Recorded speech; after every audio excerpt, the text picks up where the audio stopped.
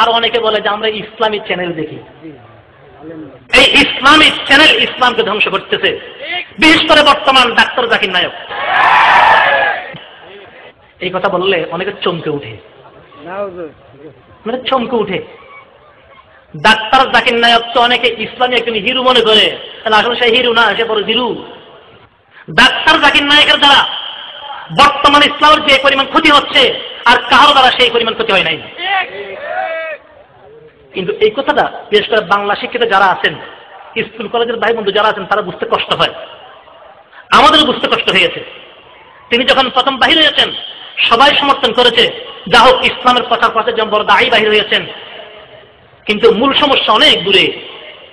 উনি যখন প্রথম বাহির হয়েছে অনেক আমাকে প্রশ্ন করেছে যে হুজুর তার সম্পর্কে আপনার মন্তব্য কি। আমি তখন থেকে সন্দিহান ছিলাম, আমি একটা জবাবে দিয়েছি, আমি বলছি আমি তাকে ভালো বলবো না, এখনো খারাপও বলবো না। তো কেন? আমি বললাম খারাপ বলবো না এই জন্যে যেহেতু ইসলাম বিরোধী কোনো কিছু দেখতেছি না, সব ভালো ভালো কথাই বলতেছে, ইসলামকে প্রাধান্য দিচ্ছে, অন্য ধর্মের অসারতা প্রমাণ করতেছে, ইসলাম ধর্মকে উর্ধে উঠাচ্ছে, তাহলে খারাপ বলবো কেন? তাহলে যদি খারাপ না বলেন ভালো বলবেন না কেন? আমি বললাম তার কারণ আরেকটি, এখন বর্তমান যে সময় চলতেছে কেউ ইসলামের কথা বললেই, ইসলামের পক্ষ কথা বললেই তাকে মৌলবাদী, সন্ত্রাসী, জঙ্গি বলা হয়। কিন্তু এই ডাক্তার জাকির নায়ক অন্য ধর্মের অসাধন করতেছে, অন্য ধর্মের গায়েল করে কথা বলতেছে, কিন্তু তার বিরুদ্ধে এখন পর্যন্ত কোন রাষ্ট্র থেকে তাদের থেকে কোন প্রতিবাদ আসে নাই, বরং তারা দাওয়াত দিয়ে তাকে আরেক সেখানে নিয়ে প্রচার করতেছে। এর পিছনে রহস্য নিশ্চয়ই সুদূর প্রসারী একটা আন্তর্জাতিক চক্রান্ত চলতেছে। যে চক্রান্তের ধারণা করেছিলাম তা এখন আস্তে আস্তে বাস্তবায়ন হচ্ছে। তার বিরুদ্ধে যখন প্রথম লেখা বাইর হচ্ছে আমি চিন্তা করলাম ব্যাপার কি, তার বিরুদ্ধে কোনো লেখা। তখন যাচাই করা শুরু করলাম, তার সমস্ত লেকচারগুলি কিনলাম। তার লেকচারগুলি এখন বই আকারে বাহির হয়েছে, বিশেষ করে ঢাকা ফিস টিভি পাবলিকেশনের পক্ষ থেকে বই আকারে বাহির করেছে 6 খণ্ডের 6 ভলিউম, নাম দিয়েছে ডাক্তার জাকির নায়ক লেকচার সমগ্র। ডাক্তার জাকির নায়ক লেকচার সমগ্র। সেটা পড়া শুরু করলাম, দেখা শুরু করলাম, দেখলাম যে বাস্তবেই তো সে যে সমস্ত কথা বলেছে অনেক কথাতে ঈমানও থাকবে না। যারা তার বক্তব্য শুনছে তারা বলতে পারেন তিনি কথায় কথায় আল্লাহকে ঈশ্বর বলে না, কি ডাকে? আচ্ছা, আল্লাহকে ঈশ্বর ডাকা যায় আছে? আল্লাহর কোন স্ত্রী আছে? আল্লাহ শব্দের কোন স্ত্রীলিঙ্গ আছে? ঈশ্বরের ঈশ্বরই আছে না স্ত্রীলিঙ্গ?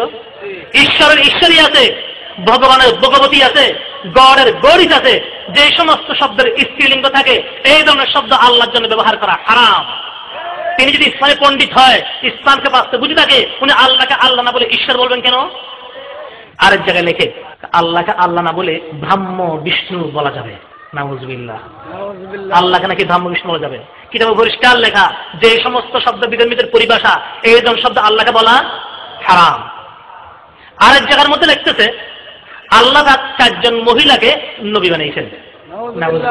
নবীর একটা ভিন্ন অর্থ করছেন উনি। নবীর ভিন্ন অর্থ করে 4 জন মহিলাকে নবী বলা, এটা পরিপূর্ণ ইসলামে আকীদা পরিপন্থী। আল্লাহ কোনো মহিলাকে নবী বানাইছেন? আরে জিব্রাইলকে রসুল বলা যাবে, তারপর নবী বলা যাবে না। নবী শব্দ বলা সেনসিটিভ। জিব্রাইল সম্পর্কে রসুল ব্যবহার হয়েছে, শুধু নবী ব্যবহার হয়েছে। আরেক জায়গায় লেখে আমাদের নবী হায়াতুন নবী নয়, আমাদের নবী হায়াতুন নবী নয়, আমাদের নবী হায়াতুন নবী নয়।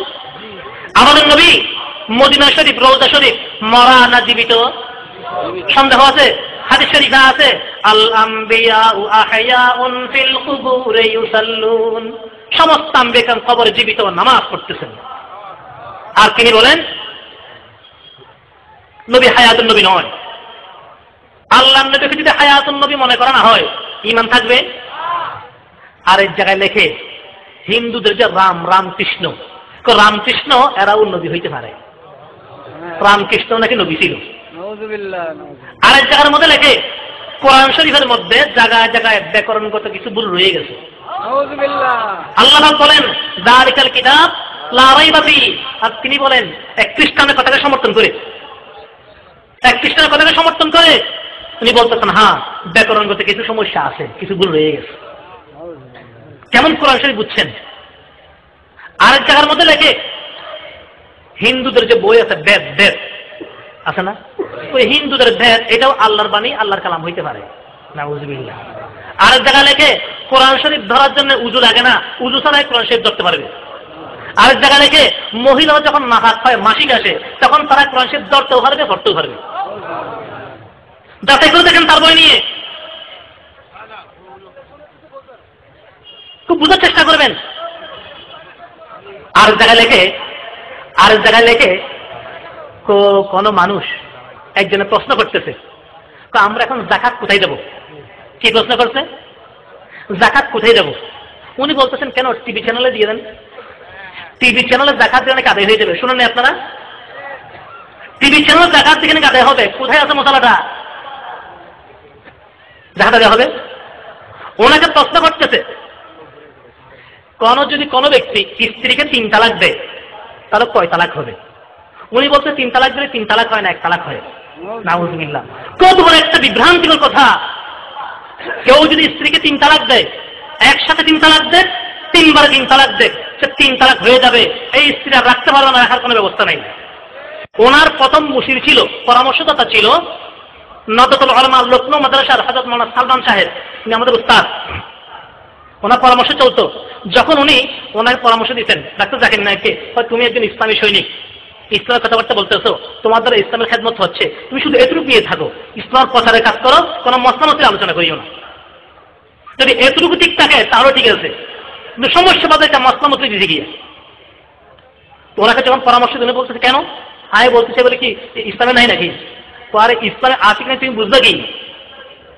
তুমি ইসলামের জুজিয়াত ছোট ছোট মশলা তুমি কি বুঝবে? ডাক্তারের কাজ ডাক্তারি করা, মাস্টারের কাজ মাস্টারি করা, ইঞ্জিনিয়ারের কাজ গলে প্ল্যান করা।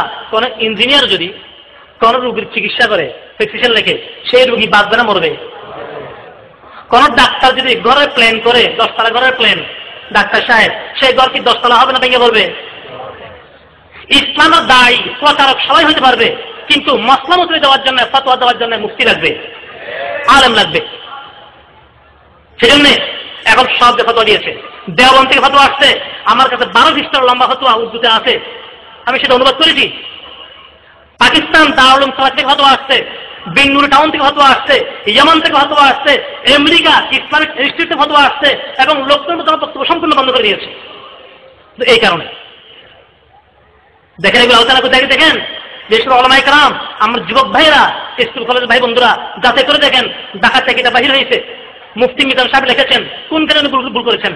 আল্লামা নুরুল ইসলাম আলী সাহেব কিতাবে লিখেছেন, সেগুলো যাচাই করে দেখেন।